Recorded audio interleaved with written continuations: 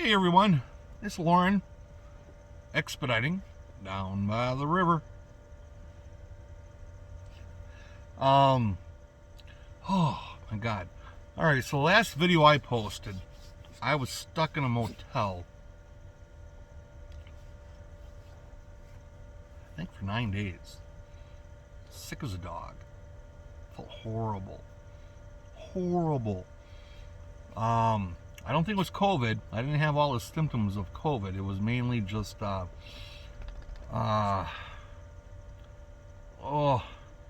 ache. I was running a temperature, not too feverish, but couldn't keep warm. And when I got too warm, couldn't get cold enough. And, you know, it sucked. So in 9 days, I think it was $55 or $60 a night. God, so much money. And then you know, when you think about all the time you lose, you know, being on the road too, you know, just double it. It's just here. Hold on, I'm gonna put this out.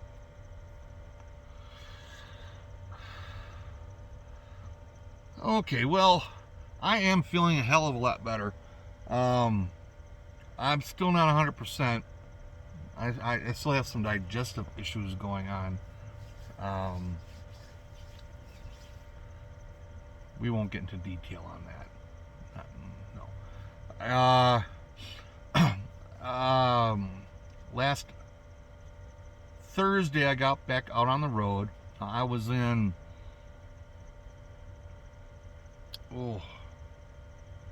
I think it was Mountainville, Kentucky. And that was right when all those storms kind of came through. It hit Tennessee pretty hard.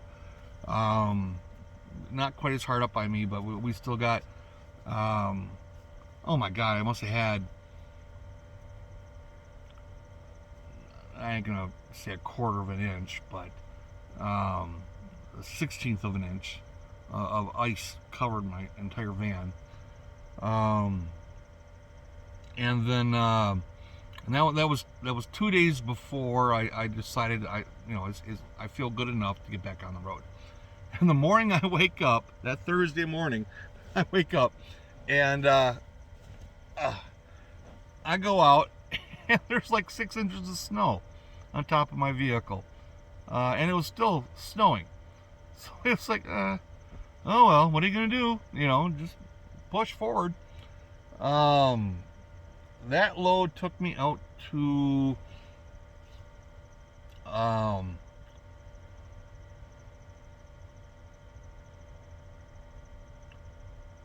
Oklahoma City, Oklahoma.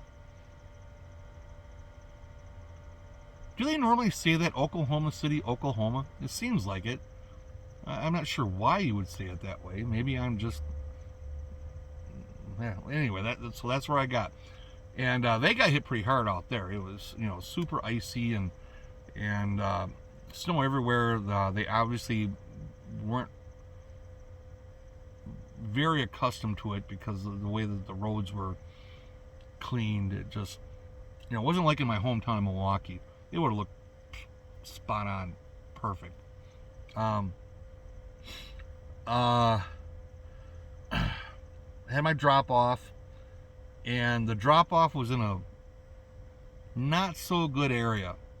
I could not find an area where I felt comfortable parking, getting in my vehicle in the back here, and sleeping for the night.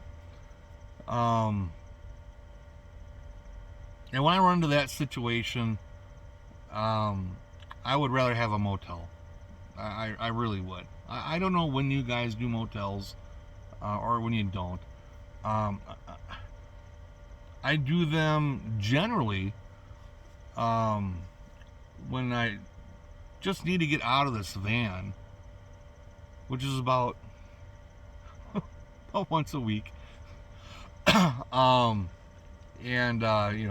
sleep in a bed where I can sprawl out, be able to take myself a nice hot shower and, you know, just chill out. Or if I'm in a bad area and I can't find a place to park, Um, and it kind of depends on how tired I am. I mean, if I'm not terribly tired, I might try to find myself I'll go on the phone, look up a truck stop and go there. I've done that many times.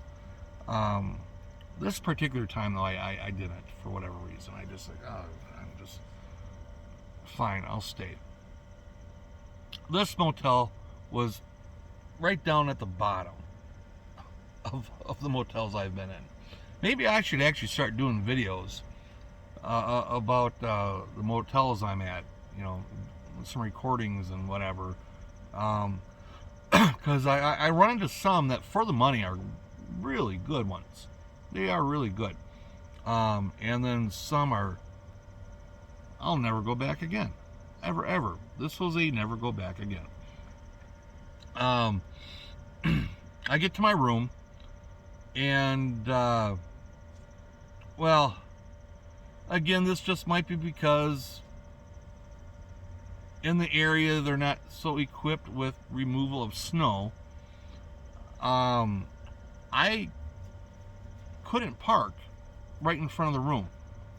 And when I did find a place where I could park, it was a challenge.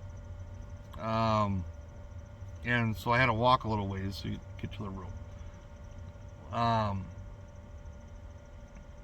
The room itself was okay.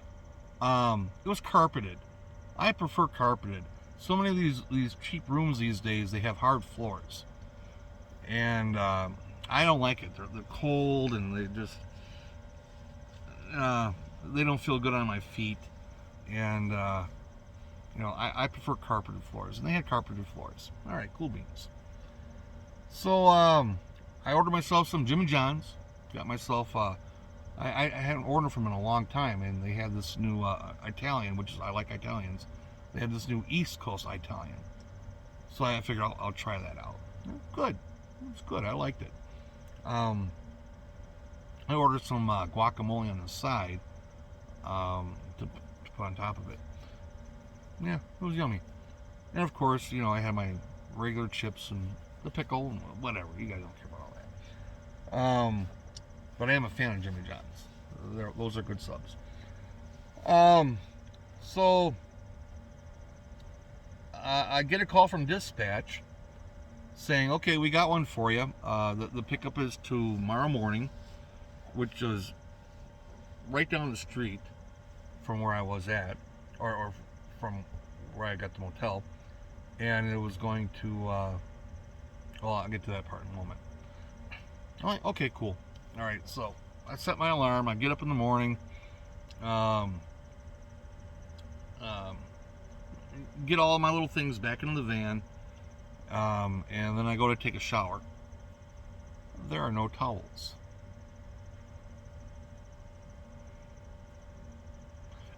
Not only there were no towels, but let me back up a little bit. The room next to me and above me, next to me, must have been some young couple with a bunch of friends having a good old time. And then the room above me, they were just, I couldn't hear music or anything, but they were walking around all night. Tweakers? Maybe. I don't know. I'm not into that kind of thing. But I had a horrible night's sleep. I did. I did not have a good sleep at all. But I still got up in the morning, put my shit back in the van, go take a shower. No towels to take a shower. God. So, what are you going to do? I've got these Bros body wipes. So, I use those. Do the best I can with what I have. And got in the van. Went and got my pickup, which took them a little while, but that's okay. No big deal. And looking forward to getting to Denver. I've never been in Denver, Colorado.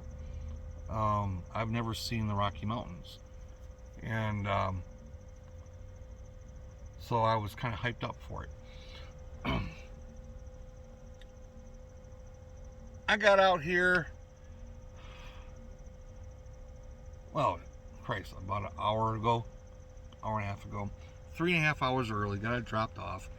It had just turned dark, and there were storm clouds coming over. So I couldn't see the Rockies. I don't know if I can actually see the Rockies from Denver, Colorado, or not. I don't know. I think you can. I'm not sure. So I do my drop off, and when I got to the drop off, you can see little whispers of snow coming down. By the time I left the drop off, it was like, all right, and it was in an odd situation or odd place because when you pulled back out of this industrial complex, if you took a left, it kept going south, and there was a tollway. If you took a right, you kept going, well, you go north, and that was a tollway. And I was like, well, I wasn't on a tollway when I got here. I was on I-70, east or westbound. And so I-70 was just south of me. So I was like, okay, let's go to I-70, and I'm going to keep going towards Denver because I'm just right outside of Denver. I'm just north, or just east of it. And so I got out here and found myself got gas first because I was low on gas. And odd thing happened, and I don't know if I should have done this or not. I really don't know. I start filling up with gas, and the place is packed. And this SUV pulls up, and I hear, hey. It's like,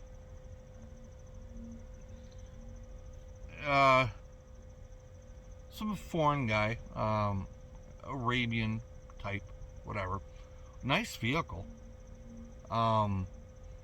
Asked me to come over, and he's holding a gold chain. Now, if you know gold, you know real gold from fake gold. Fake gold looks fake. It's too shiny. Real gold has this very subtle quality to it. It doesn't look expensive like fake gold does. And he's holding it. And so I'm curious. All right. So I walk up, and he says to me in a foreign accent, but good English, that he had lost, or his wallet got stolen, or all right, here we go. All right, and he says this ring and chain he paid over $1,000 for, and he's holding it out. So I'm like, well, all right, let's see what it is. He drops it. It's nice and heavy. Nice and heavy. It's not too, I think it was real. I really think it was real.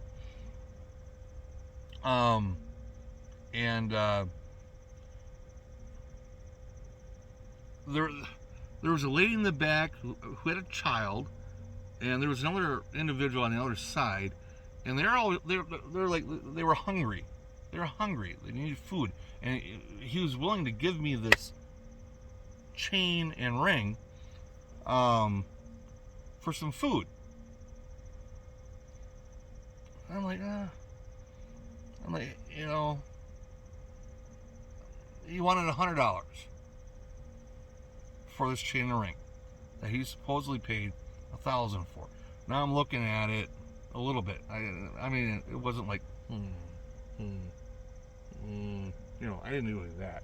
It was just kind of a quick, like, you know, and then in my background, living in the inner city of Milwaukee, you know, it had just a red flag pulled up. Red flag pulled up. And I gave him the chain back. All right, here you go. I had $20 in my pocket. I says, it sounds like what you need right now is some food. Okay, here's $20. And he's like, no, let's go in, ATM, $100. You can have chain and gold ring. I pay over $1,000. You can have for $100. And so right away I'm like, yeah, no, too many red flags here. I was like, you take that $20, and if what you say is true, you go, guys, get yourself some food, okay? I'm not going to buy your ring and chain. And there was no reason why I wasn't going to do that. Just because somebody's in a hard position doesn't mean they can't survive. They're trying to find the easy way out. And they're willing to do sometimes to do something that they would regret. So I got $100. I could have given them $100 and maybe gotten that chain, and maybe somehow something else would have worked out and it would have been a bad thing for me. Or maybe not. Maybe it'd be simple. Here you go, $100.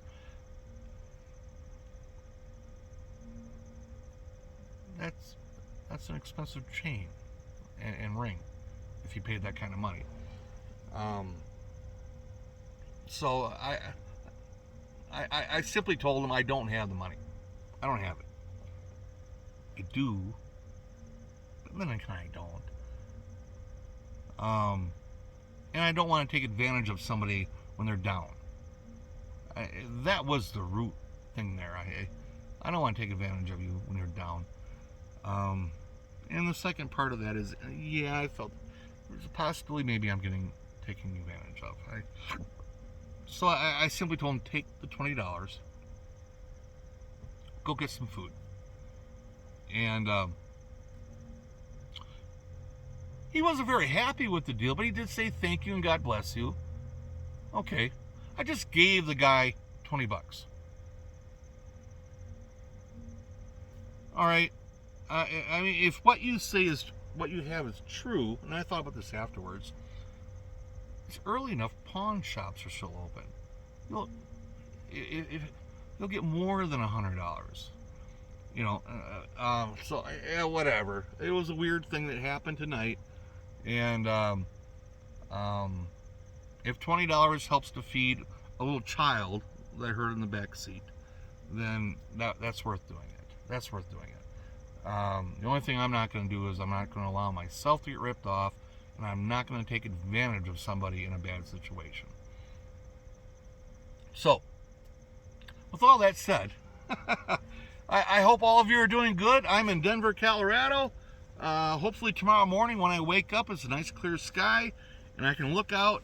And again, I don't know if you can see the mountains from here or not. I don't know. I hope I can. I would love to be able to see those mountains. I love you all. You have yourselves a great night. And we'll talk again. All right, take care all. Bye.